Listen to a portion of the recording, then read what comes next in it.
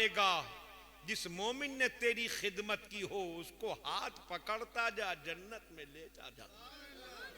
यहां तक के फरमाया गया किसी आलिम को किसी ने इस्तंजे के लिए मिट्टी का डेला भी पेश किया होगा तो उसकी वजह से वो शफाअत करके जन्नत में ले जाएगा।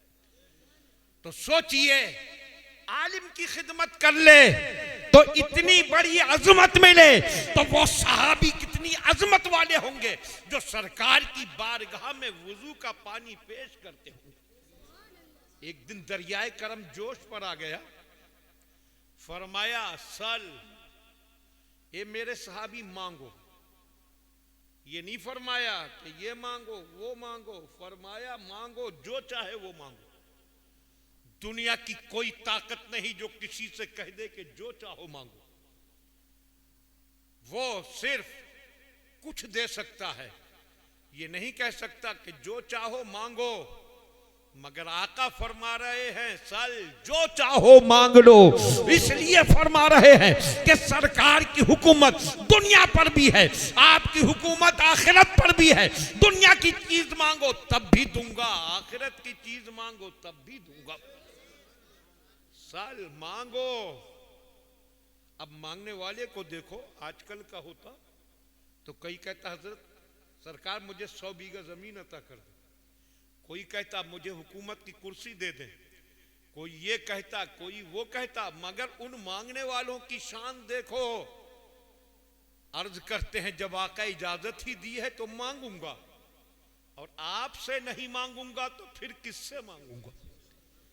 अर्ज करते हैं असअलो का मुराफकाता का फिल जन्ना, मैं आपसे जन्नत में आपका साथ मांगता हूं।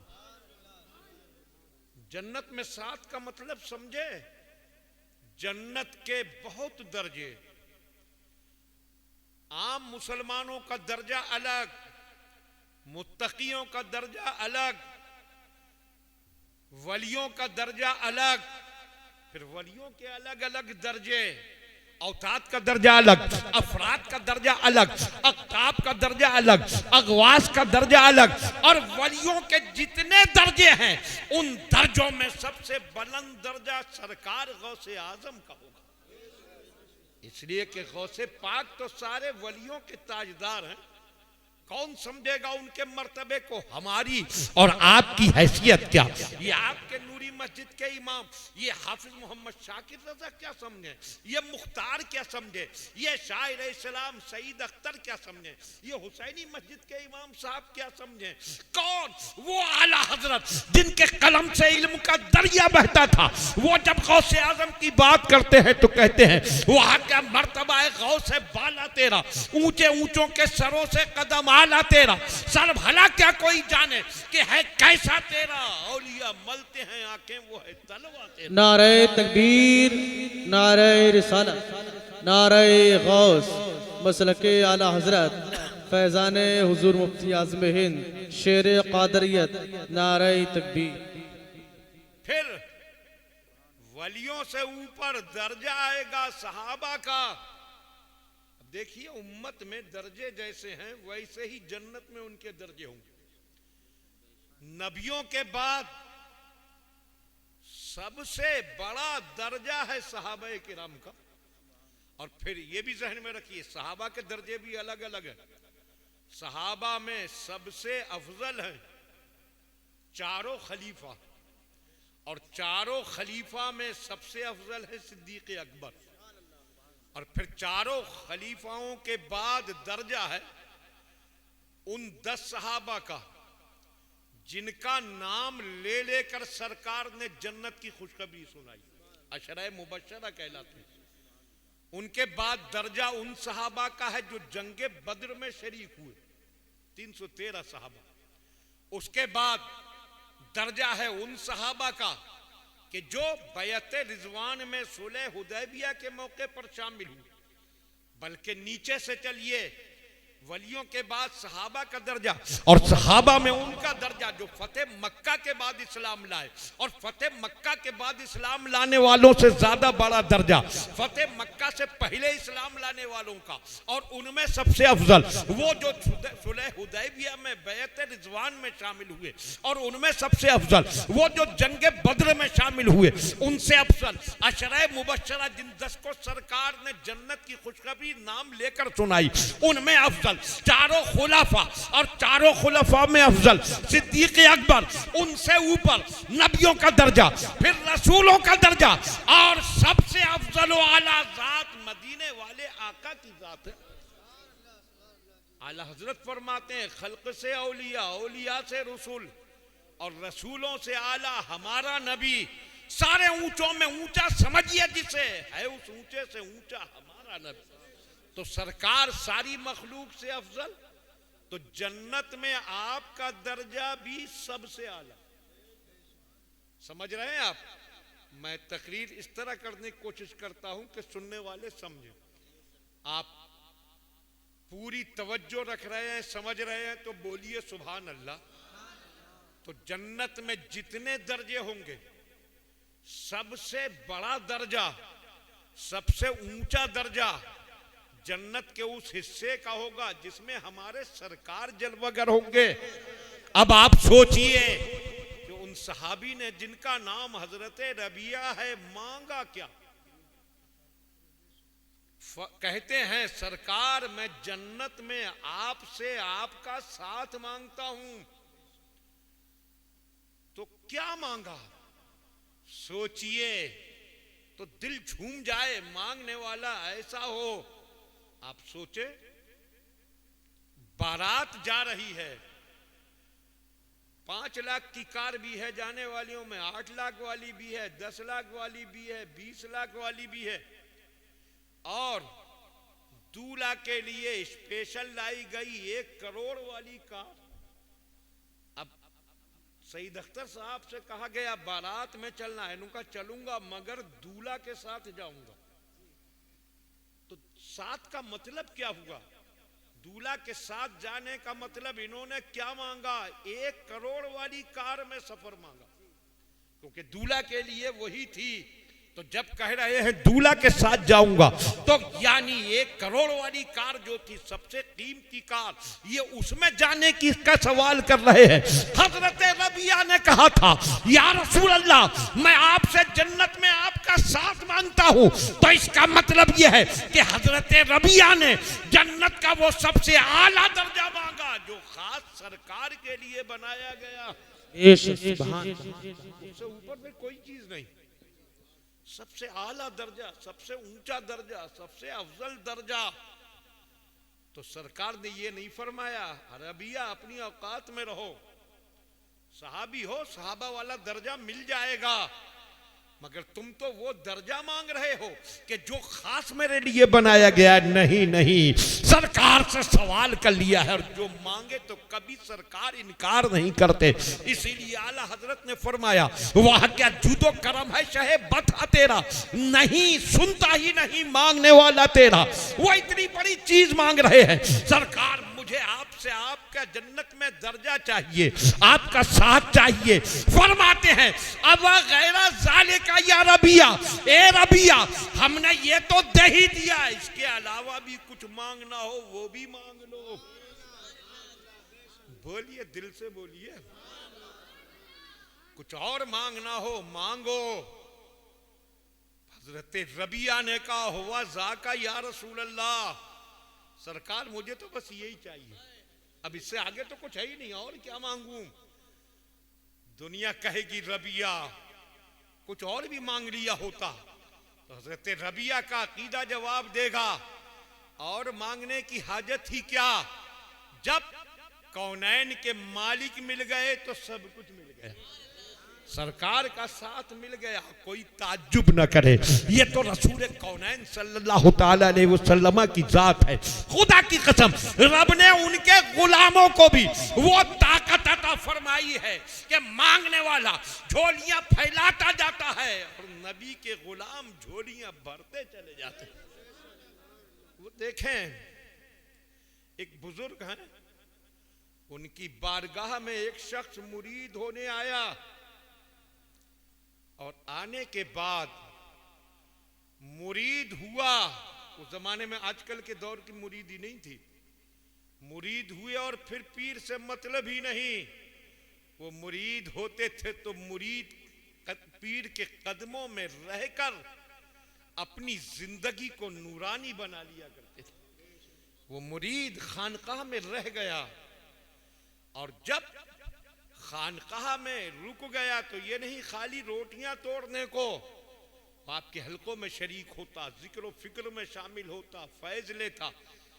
और एक उसने अपने जिम्मे ड्यूटी ले ली कि जब वो बुजुर्ग रात को अपने हुजरे इबादत में चले जाते तो ये पानी का लोटा लेकर उनके हुजरे के बाहर खड़ा हो जाता कि हजरत को रात में वुजू की जरूरत हो तो वुजू कराने की सादत मैं हासिल करूं और दोनों जहान की बरकतें मुझे मिल जाएं। मगर उन बुजुर्ग की शान ये थी कि कभी रात में वुजू की जरूरत ही ना पड़ी। वो ईशा की नमाज पढ़कर इबादत के हुजरे में जाते थे और पूरी रात इबादत करके सुबह को निकलते थे और ईशा के वुजू से फजर की नमाज अदा कर लेते थे। कैसे बुजुर्ग थे उस दौर के, अल्लाह वाले। पूरी रात इबादत, एक दिन गुजरा, 2 दिन, हफ्ता, महीने, मगर वो भी डटा रहा। किसी ने कहा भी हजरत को जब वुजू की जरूरत ही नहीं पड़ती तू क्यों पानी लिए पूरी रात ड्यूटी देता? तो उसने कहा मेरा काम खिदमत के लिए तैयार रहना है, खिदमत कब लेंगे ये सोचना पीरो मुर्शिद का काम। मैं तो इसलिए खड़ा रहता हूं हर रोज कि पूरी जिंदगी खड़ा रहकर अगर एक बार भी वुजू कराने की सादत मिल गई तो मुझको दोनों जहान की नेमतें मिल जाएगी। खड़ा रहकर ड्यूटी अदा करता रहा। एक दिन किस्मत संवर गई, रहमत को प्यार आ गया और फिर उस दिन इत्तिफाक से वो बुजुर्ग इबादत कर रहे थे। इबादत करते करते तो कुछ थकान महसूस हुई, कमर सीधी करने लेट गए। सोने का तो इरादा ही न था, मगर किस्मत को उस मुरीद पर मेहरबानी करना थी। रहमत को प्यार आ गया था। लेटे तो इस नियत से थे कि थोड़ी देर कमर सीधी करके फिर इबादत में लगूंगा, मगर लेटते ही आ गई नींद। और जब आदमी लेटकर सो गया तो वुजू टूट गया और चंद लम्हों की नींद थी, थोड़ी देर की नींद, आंख खुल गई, मगर अब वुजू तो करना ही था। वुजू के लिए बाहर निकले और जैसे ही वुजू की जगह बैठे, मुरीद पानी का लोटा लिए हाजिर। नजर उठाई, तुझे कैसे पता चला आज मुझे वुजू की जरूरत है? कहा हुजूर मुझे कैसे पता चलता, मैं तो पानी लिए हाजिर ही रहता हूं। फरमाया कब से? कहा जब से मुरीद हुआ, खानकाह में रुका हूं, मैं पूरी रात पानी लिए खड़ा रहता हूं कि शायद कभी किस्मत मेहरबान हो जाए और मुझे वुजू करने की सआदत मिल जाए। आज किस्मत ने मेहरबानी की और आज ये सआदत मुझे हासिल हो गई। बुजुर्ग ने कहा जब से ही रोज खड़ा रहता है पानी लिए? कहा हाँ हुजूर रोज खड़ा रहता हूं। अब बुजुर्ग के करम को प्यार आया, फरमाया तूने पूरी रात खिदमत अंजाम दी है, इस खिदमत के लिए पूरी पूरी रात खड़ा रहा है और अल्लाह वालों की चौखट पर जो खड़ा रहता है वो कभी खाली नहीं जाता है। तूने इतने दिनों से ये काम किया, आज हम तुझे देना चाहते हैं इनाम। बोलिए। कहने लगा हुजूर किसी इनाम के लालच में नहीं किया। फरमाया लालच में किया होता तो कुछ मिलता ही नहीं, तूने खुलूस से ये काम किया है इसलिए मिलेगा इनाम। सब देते हैं अपनी मर्जी से, मगर मदीने वाले के गुलाम जब देते हैं तो मांगने वाले की मर्जी से। बोल क्या मांगता है? तो अब देखिए मांगने वाला भी ऐसा चाहिए। उसने कहा सरकार देना ही चाहते हैं। तो बचपन से दिल में ख्वाहिश थी जो पूरी ना हो सकी, उस ख्वाहिश को पूरा फरमा दीजिए। फरमाया बोल क्या थी तेरी ख्वाहिश? तो कहने लगा सरकार मेरे दिल की बचपन से ये ख्वाहिश थी कि मैं किसी तरह हाफिज़े कुरान बन जाऊं, हिफ्ज़े कुरान की दौलत मिल जाए, मगर हालात ने मुझे मौका न दिया। अब सरकार देना ही चाहते हैं तो मुझे हिफ्ज़े कुरान की दौलत अता करें। अरे दिल से सुन रहे हैं आप? तो फिर दिल से बोलते भी तो रहिए, सब बोलिए। हिफ्ज़े कुरान की दौलत दे दें। दुनिया हैरत ज़दा है, मांगने भी चला तो क्या मांगा, बस हिफ्ज़े कुरान। उसने कहा तुम क्या समझो मैंने क्या मांगा? जब पीरो मुर्शिद ने कहा था तो मैंने सोचा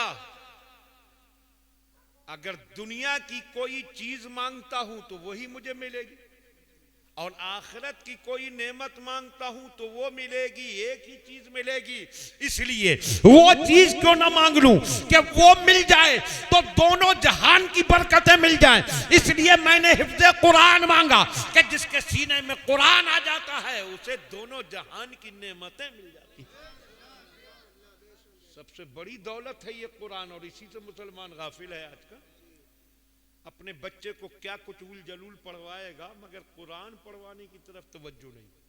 जबकि कुरान की शान ये है मरीज पर पढ़कर फूंक दो शिफा मिल जाए, मरने वाले को सुना दो तो रूह सुकून से निकल जाए, कब्र पर पढ़ दो तो कब्र से अजाब दूर हो जाए।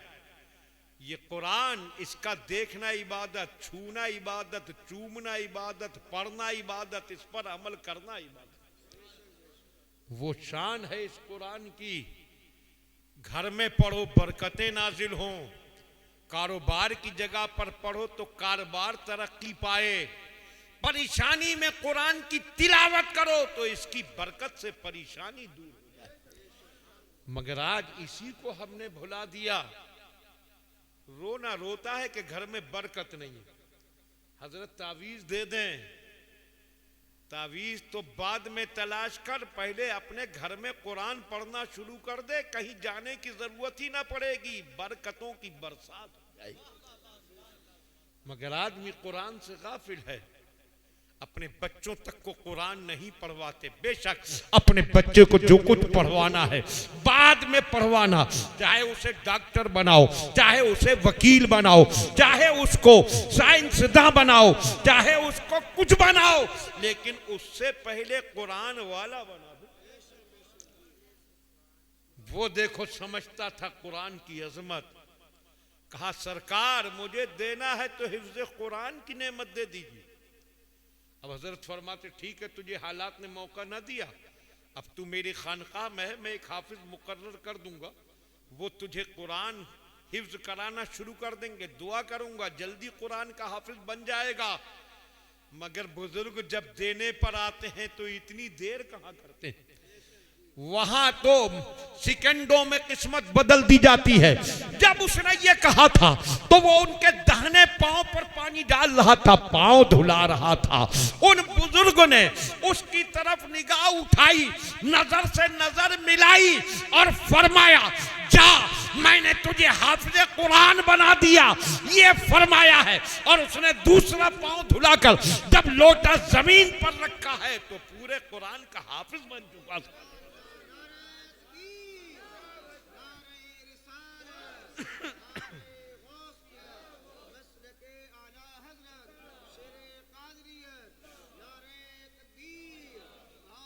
सोचिए जब गुलामों की ये शान है तो मदीने वाले आका की क्या शान होगी। वो देने पर आए तो कितना देंगे, जो मांगोगे वो देंगे। झोलियां फैलाओ, उनकी तरफ दिल से लौ लगाओ और फिर दिल की गहराई से मांगो तो तुम जितना मांगते हो उससे कहीं ज्यादा अता फरमाए। इतना देंगे कि संभाले नहीं संभलेगा। मगर आजकल मुसलमान मदीने वाले से कहां मांगता, वो मांगता है तो ससुराल वाले से मांगता है कि नहीं मांगता है। शादी हो, जिसके बेटे की शादी का नंबर आ गया तो ऐसा लगता है वो ये समझता है कि अल्लाह ने बेटा नहीं दिया था, भीख मांगने का कुदरती परमिट दे दिया था। उसको भीख मांगने का परमिट समझता है, ये चाहिए वो चाहिए। अच्छा, ज्यादा बात नहीं, बस एक बात मैं पूछूंगा, ससुराल से कितना ही ले लो, कितना ही मांग लो और मांग कर कितना ही ले लो, क्या उससे जिंदगी गुजर जाएगी? अरे कुछ तो बोलिए, सब मिलकर बोलिए। बच्चे बेचारे बोल रहे हैं, शायद आप ये समझते हैं कि उसी से पूरी जिंदगी गुजर जाएगी। ससुराल के दिए से न कोई मालदार बनता है न कोई खुशहाल बनता, इसलिए मांगना है मांगो, मगर उससे मांगो जो इतना दे के दुनिया भी संवर जाए, आखिरत भी संवर जाए। मांगो, जरूर मांगो, मगर किससे मांगना है ये बरेली वाले से पूछ लो, आला हजरत से पूछ लो। आला हजरत, हम मांगना चाहते हैं, किससे मांगे, कौन देगा? तो आला हजरत फरमाते हैं, कौन देता है? देने को मुंह चाहिए, देने वाला है सच्चा, हमारा नहीं। तो मांगना है तो मदीने वाले से मांगो, इतना देंगे कि संभाले नहीं संभलेगा। तो इसीलिए हमारा अकीदा है कि जो कुछ मिला मदीने वाले के दर से मिला, उन्हीं के सदक़े मिला। बच्चा मिलता है उन्हीं के सदक़े में, बच्चे की खतने का मौका हो, अकीक़े का मौका हो, शादी का मौका हो, ये सब मदीने वाले ही के सदक़े में हासिल होता है। इसलिए जो सच्चा मोमिन है वो खुशी का ये कोई भी मौका आता है तो आका के जिक्र की महफिल सजाता है कि सब कुछ मिला तो उन्हीं के सदक़े में। मगर कुछ लोग वो हैं, जब खुशी का मौका आए तो भूल जाते हैं अपने सरकार को, याद ही नहीं रहता है कि ये मिला किसके सदक़े में। शादी हो रही है, डीजे चलवा रहा है, बैंड बाजा बजवा रहा है, आतिशबाजी कर रहा है, शैतानी काम। ये नहीं सोचता कि इन कामों से शैतान खुश होता है। और जिस बेटे की शादी है, ये बेटा न शैतान ने दिया था, न शैतान के सदक़े में मिला था, दिया रहमान ने था, सदका साहिब कुरान का था। डीजे चलाकर, बैंड बाजा बजाकर, आतिशबाजी के जरिए खुशी मनाना, ये खुशी मनाने का शैतानी तरीका है। और जिक्र रसूल की महफिल सजाना, ये खुशी मनाने का ईमानी तरीका है। 4 पैसे मिल जाएं, सब भूल गए अल्लाह रसूल को। कोई तो ये कहता है, अगर इमाम साहब समझाने पहुंच गए ये बैंड बाजा ना बजाओ, डीजे ना लाओ, तो कहता है वो हजरत बहनोई नहीं मान रहे हैं, हम तो नहीं करना चाहते थे। कोई बहनोई का बहाना बनाता है, कोई फूफा का बहाना, कोई दोस्तों का बहाना, कोई किसी का बहाना। मैं तो सिर्फ एक बात कहता हूं कि अगर वाकई ये सच्चाई है कि शादी के मौके पर कोई बहनोई, कोई फूफा, कोई रिश्तेदार, कोई दोस्त इन शैतानी कामों की जिद कर रहा है, तो उससे एक बात कहो कि भाई चलो तेरा कहना पूरा करवाना है तुझे, मगर पहले एक काम कर ले, नहा धोकर आ, हम दोनों मस्जिद चलेंगे, इमाम साहब को किनारे बिठाएंगे, सामने कुरान रखेंगे और फिर तू हाथ उठाकर कह देना, ए परवरदिगार, मैं तेरी इस किताब को गवाह बनाकर, तेरे घर में इमामत करने वाले इस हाफिज सालिम को गवाह बनाकर तेरे सामने इकरार करता हूं कि ये शादी के मौके पर न डीजे लाना चाहता है, न बैंड बाजा बजवाना चाहता है, न और कोई गंदा काम करना चाहता है, मगर मौला मैं जिद करके करवा रहा हूं। इसलिए बैंड बाजे पर, डीजे पर, डांस पर जहन्नम का तूने जितना अजाब मुकर्रर किया है वो इसके नाम न किया जाए, वो सारा अजाब मेरे ही नाम कर दिया जाए। आप कहिए कि चल के कह दे मस्जिद में कुरान और इमाम को गवाह बनाकर, तो यकीन रखिए कि हाथ छोड़ाकर भाग जाएगा, मगर ये इकरार करने पर तैयार ना होगा।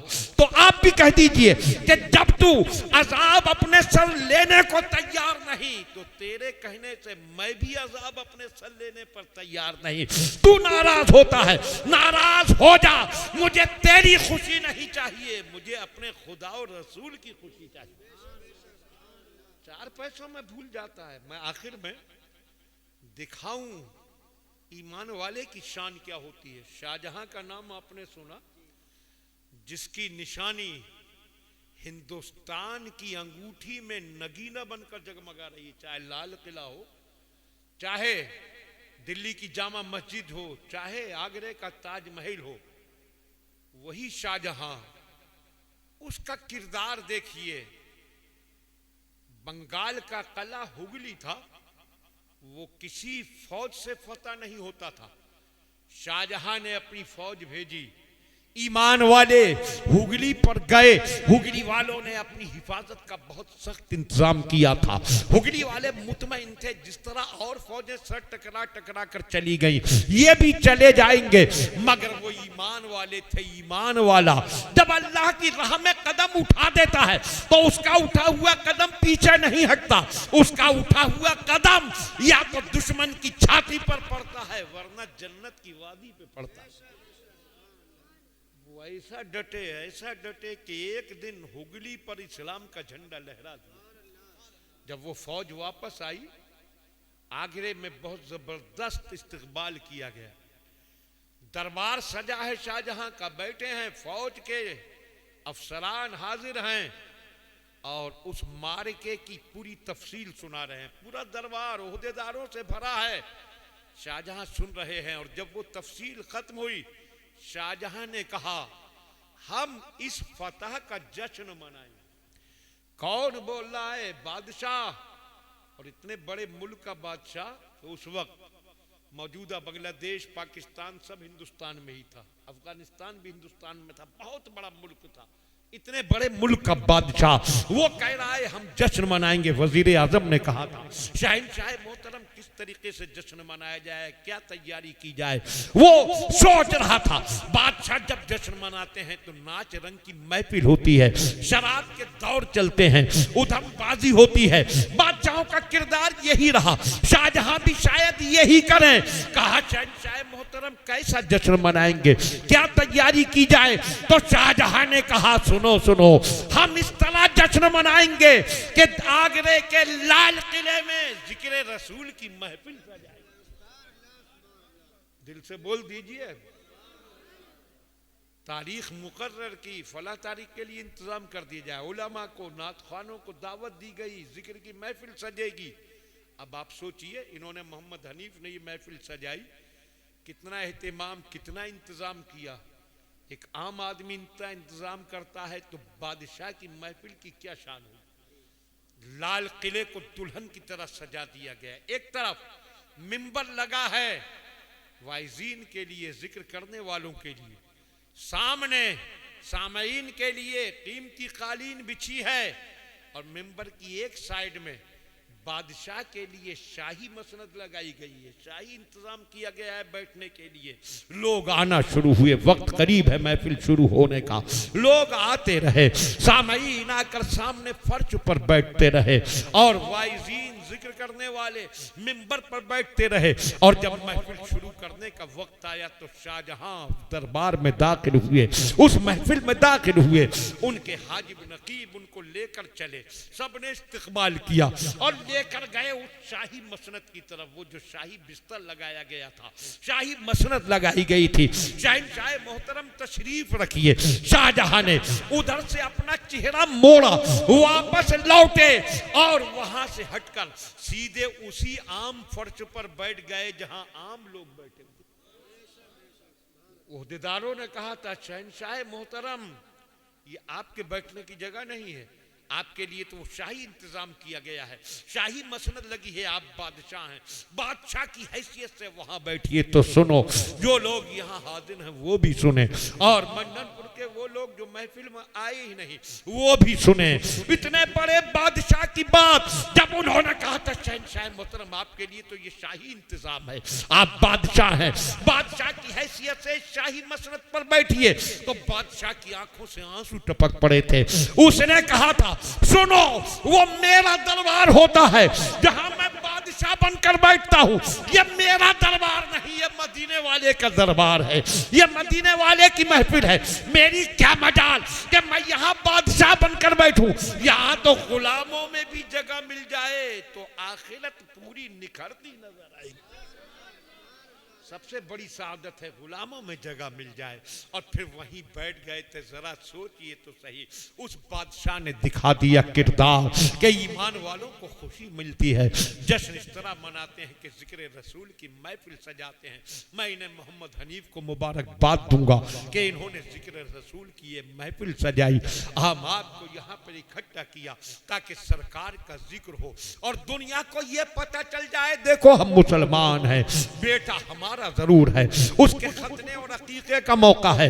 मगर हम ये महफिल सजाकर दुनिया को बता रहे हैं कि हमारा अकीदा ये है कि ये बेटा मिला तो मदीने वाले के सदक़े में, बेटे की खुशी का ये मौका आया तो मदीने वाले की सदक़े में, इसलिए उन्हीं के जिक्र की महफिल सजा रहे हैं।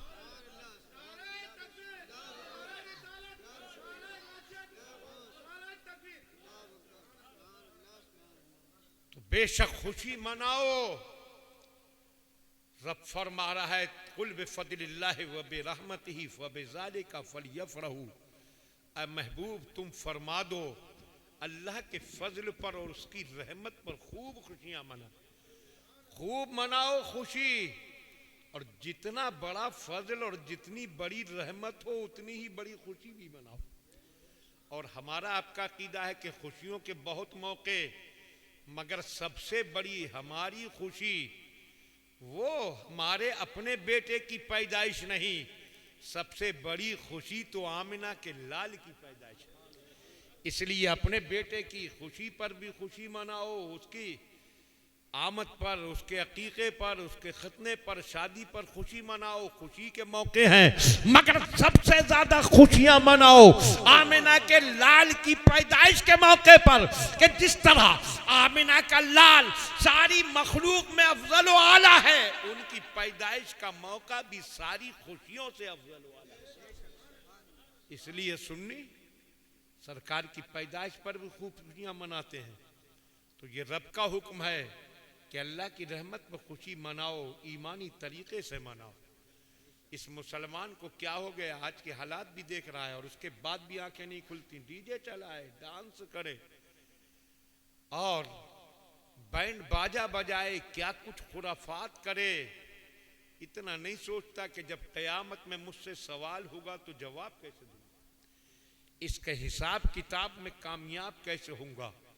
इसलिए खुशी मनाओ, ईमानी तरीके से मनाओ, जिक्र रसूल की महफिल सजाओ। और सिर्फ महफिल ही न सजाओ, सरकार का जो पैगाम है उस पर अमल भी करो। हम आका से मोहब्बत रखते हैं और आदमी जिससे मोहब्बत करता है उसकी खुशी का सामान करता है। अपने महबूब को कोई नाराज नहीं करता, वो काम करता है महबूब ज्यादा से ज्यादा खुश हो जाए। और हमारे आका फरमाते हैं मुझे अपने गुलाम से सबसे ज्यादा खुशी जब मिलती है जब मेरा गुलाम पांचों वक्त मस्जिद में जाकर नमाज अदा करता है। फरमाया कुर्रतु ऐनी फी सलाह, नमाज में मेरी आंखों की ठंडक है। नमाज तुम पढ़ोगे जन्नत तुम्हें मिलेगी, मगर आंखों की ठंडक मेरे लिए हासिल होगी। तो अपने सरकार से अगर मोहब्बत है तो नमाजों की पाबंदी करो। मस्जिद से जैसे ही हय्या अला सलाह की आवाज आए नमाज की तैयारी शुरू कर दो, मस्जिद में जाओ, नमाज पढ़ो। नमाज पढ़ोगे आका की आंखों को ठंडक भी मिलेगी, हमें जन्नत भी मिलेगी और जिंदगी में बरकत भी मिलेगी।